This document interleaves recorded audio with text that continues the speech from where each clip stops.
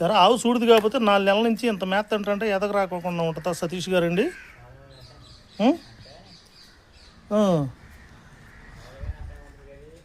మామూలుగానే ఎట్లా ఉంటుందంటే అసలు ఈన మప్పుకు వచ్చేదాకా ఇది చూడని తెలవుతుంది దాన్ని.